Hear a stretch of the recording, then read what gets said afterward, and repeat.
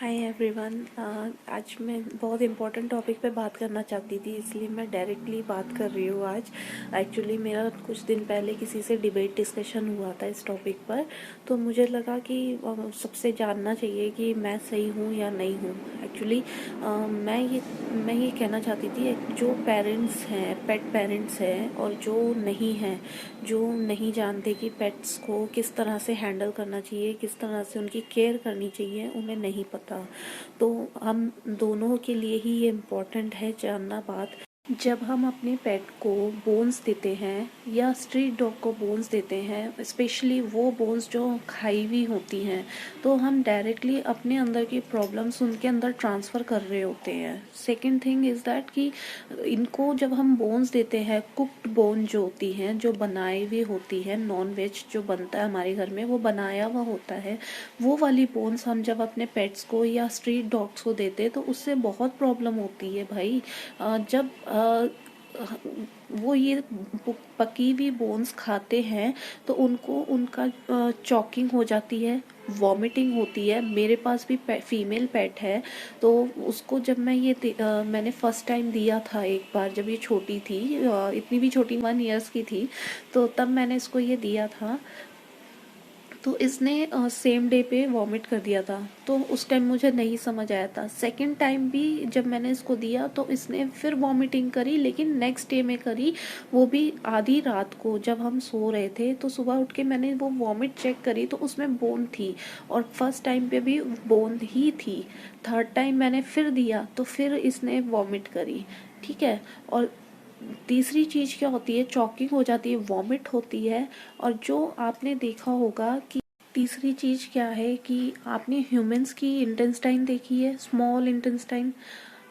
Humans की small intestine कितनी छोटी होती है, तो सोचो पेट्स की कैसी होएगी, डॉग्स की कैसी होएगी, कैट की कितनी छोटी होएगी। तो जब ये बोन्स खाएंगे तो वो उसको ब्लॉक करेगी उस इंटेस्टाइन को, जिसकी वजह से इनको बहुत प्रॉब्लम हो सकती है। एक पेट को मैंने देखा था जिसको वो वहीं रहता था, उसी जगह पर रहता था जहाँ पर ये नॉनवेज रेस्टोरेंट था, उस वहाँ पे वो रहता था, और उसको जो लोग वहाँ पे खाते थे वो बोन्स देते थे। और वो बेचारा इतना बीमार हो गया, उसकी किडनी फेल हो गई, उसको कैंसर हो गया। कैंसर तो चलो हील हो गया, बट उसकी जो किडनी फेल हुई थी उसकी वजह से वो बेचारा नहीं बच पाया। वो बहुत अच्छा हेल्दी डॉग था, लेकिन वहाँ पे जाने के बाद जो वो बीमार पड़ा ना, उसके बाद वो फिर ठीक नहीं हुआ। तो मेरा कहने का यही एक रीज़न था इस वीडियो का कि आप नहीं जानते कि बोन्स से पेट्स को बहुत प्रॉब्लम होती है। आप प्लीज़ मत दीजिए।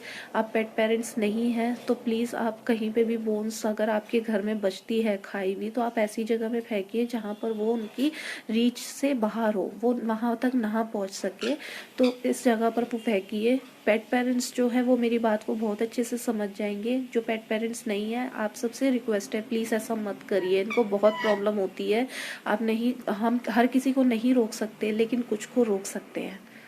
अगर आपको देना ही है तो आप उनको खाना अलग से दे सकते हैं, छोटी रोटी तोड़ के, और पीस दे सकते हैं जिसमें बोन ना हो, आप वैसे दे सकते हैं।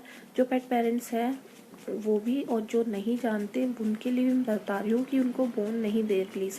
और अगर उनका बोन से पेट नहीं भरता, उनका सिर्फ जी भरता है, जैसे होता है ना कभी कभी हम छुट पुट खा लेते हैं तो हमारा जी भर जाता है, तो ऐसे ही उनके साथ भी होता है, उनका पेट नहीं भरता बोन से।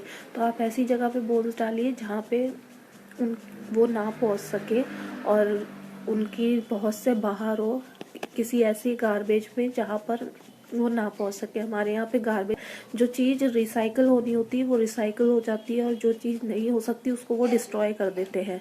तो ऐसी जगह पे गार्बेज जाता है हमारा। तो आप भी कोशिश यही करिएगा कि आगे से प्लीज़ ऐसा ना हो। उनको बहुत प्रॉब्लम होती है, और जो ये इंटेस्टाइन में ब्लॉकेज हो जाती है, चॉकिंग हो जाती है, इन सब के बारे में, उनकी वजह से इनके अंदर क्या क्या प्रॉब्लम इंक्रीज़ होती है, अगर मेरी कोशिश रही तो मैं डेफिनेटली आगे एक दिन वीडियो में ज़रूर बताऊँगी। तब तक के लिए बाय, थैंक यू, और फिर मिलेंगे अगले वीडियो में। Thank you, bye.